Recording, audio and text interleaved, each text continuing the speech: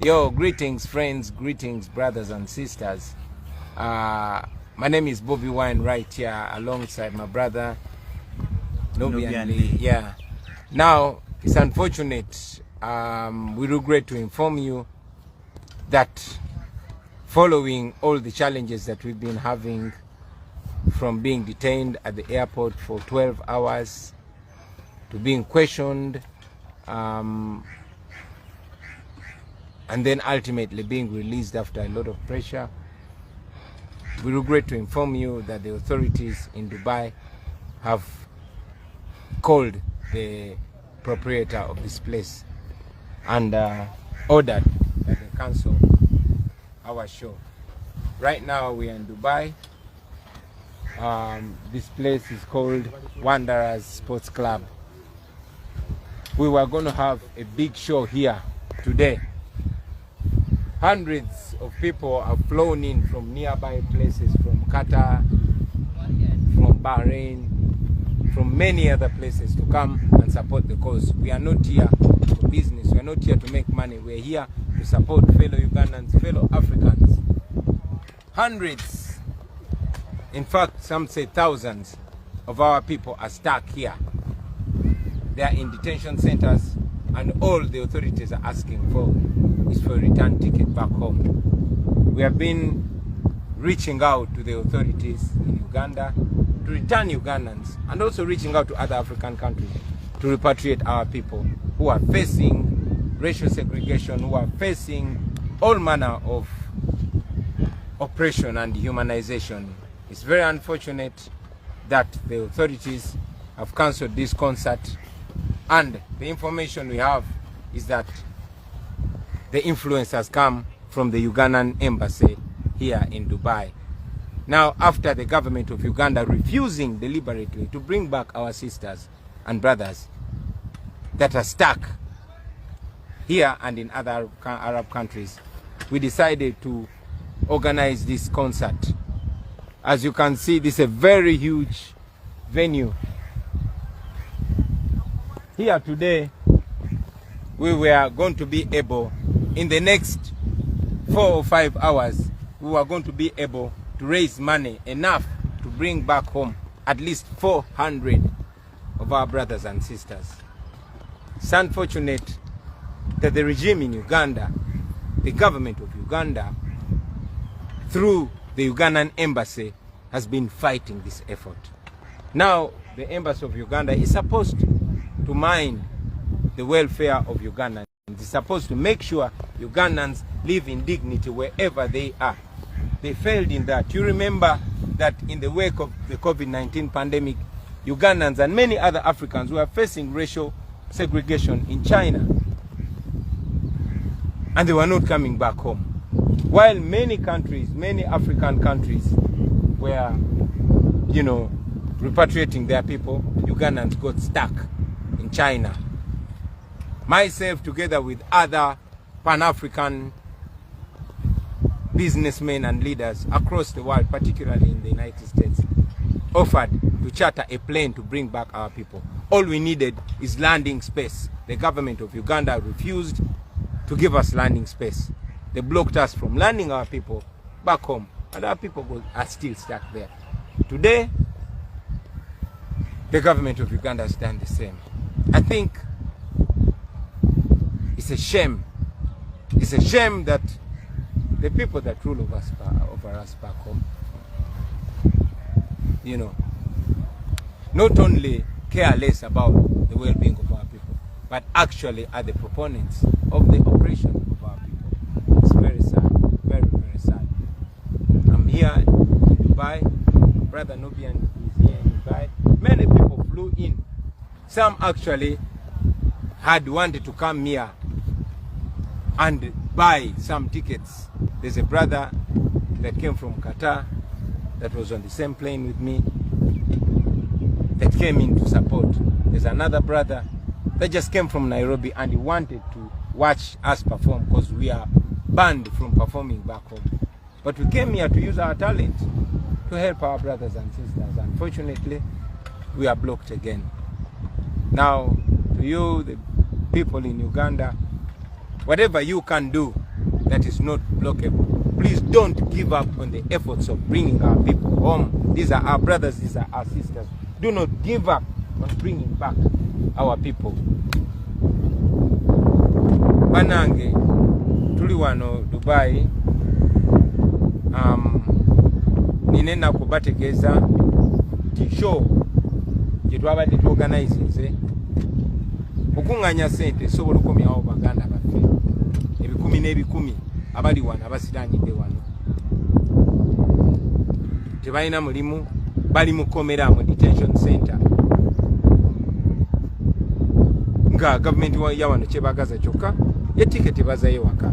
Government ya Uganda ine enyonyi ze zimu ze mulaba zitwala omuntu omu okumujjanjaba ezali zitutteko muwala wa Museveni kuzaala. Enyonyi za Uganda ziri Ntebe naye tesobola kujana okunona abantu baganda baffe. Ne government eyagala kyogera twasalawo okukozesa ebitone bye tulina tudukirire baganda baffe ne bannyinaffe ne tutegeka wano eno concert era nga bwe mulaba kino kifo kinene nnyo era bannayuganda 10 balinnya ennyonyi ne bava mu mawanga ag'enjawulo bavudde Kata, bavudde Bahrain, bavudde Kenya, bavudde Nigeria baze kulaba show yaffe kubanga e Uganda bawera muziki waffe.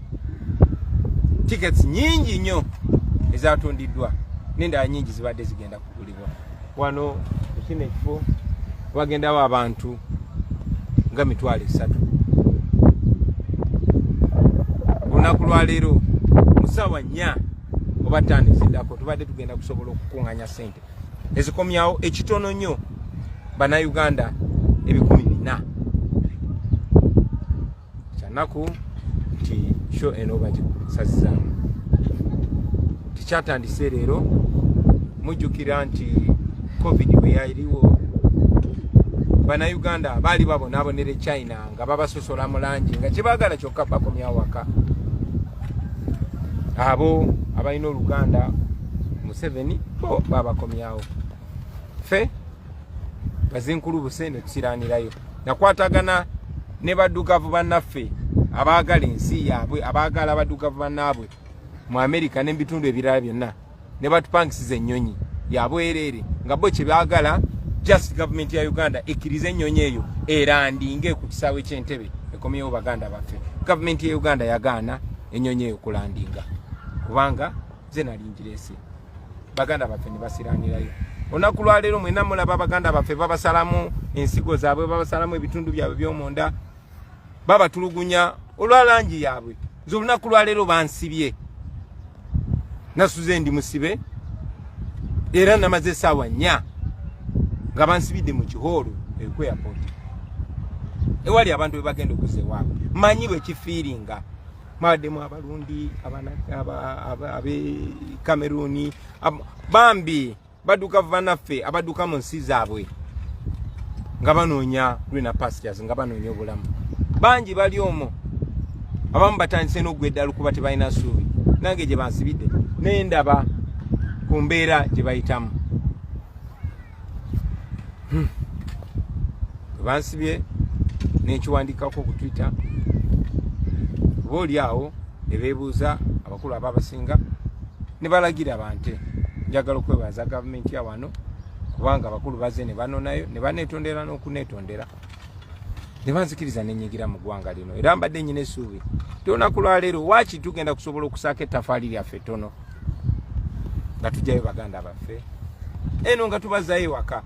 Kyanaku tukiremeseddwa era twategeezeddwa nti gavumenti ya Uganda ng'eyitamu embasi ya Uganda ebadde discouraginga n'okutiisatiisa abantu obutajja mu kivulu kino naye ate era nabo baafubye nnyo okulemesa gavumenti ya wano otukkiriza otuwulukisa oluyimbira wano. Babagambye oyo Bobi Wine alese byabufuzi mu Dubai, oyo Bobi Wine ayagala kuyigiriza abantu bamwe kwekalakaasa bajjeko gavumenti yamwe nga bwe kyali mawanga g'Abawarabu amalala era kyo ne bagisazaamu. Kyanaku nnyo ti gavumenti erina okulabirira abantu baayo eremeddwa naye ate ne kaweefube yenayena eyandiyambye abantu baffe naye ne bamulemesa. Kyanaku nnyo obaka bwange eri bannayuganda bannaffe mwenna gye muli buli alina kyasobola okukola teweetaaga kikolera mu kamera nga gavumenti eneraba naye ne bw'oba osobola kugula tiketi emu n'okomyawo munnayuganda omu ne bw'oba osobola kusonda kitundu kya tiketi ng'oyita mu muntu yenna kati bano abaana baffe gye bali wali open teweetaaga kuyita mu bobi wine teweetaaga kuyita mu nubian okusobola otutuukirira naye naawe kennyini njagala mwe interesting njagala mufune okwagala okumanya ebigenda mu maaso ku bannayuganda bannaffe kuba abaana babonaabona batulugunyizibwa lwa langi eno nze temundaba n'obwa bobi wine bwange ne wali bwe mbadde mu baddugavu bannange I was just another black man kyanaku the government yaffe abeeyita aba pan-africans tebafaayo ku mwana wa muddugavu. It's very unfortunate that the so-called pan-africans do not give a damn about their fellow black people. It's very sad. Nubian, why don't you say something? Banange bana Uganda kyanaku nnyo ekituusewo wano emitima gyaffe gimenyese naye nga Bobi weyayimba situka tutambule. Yeah, the fight is still on. We are going to use whichever avenue gye tusobola okukozesa okulaba nga tukomyawo baganda baffe abasiraanira eno.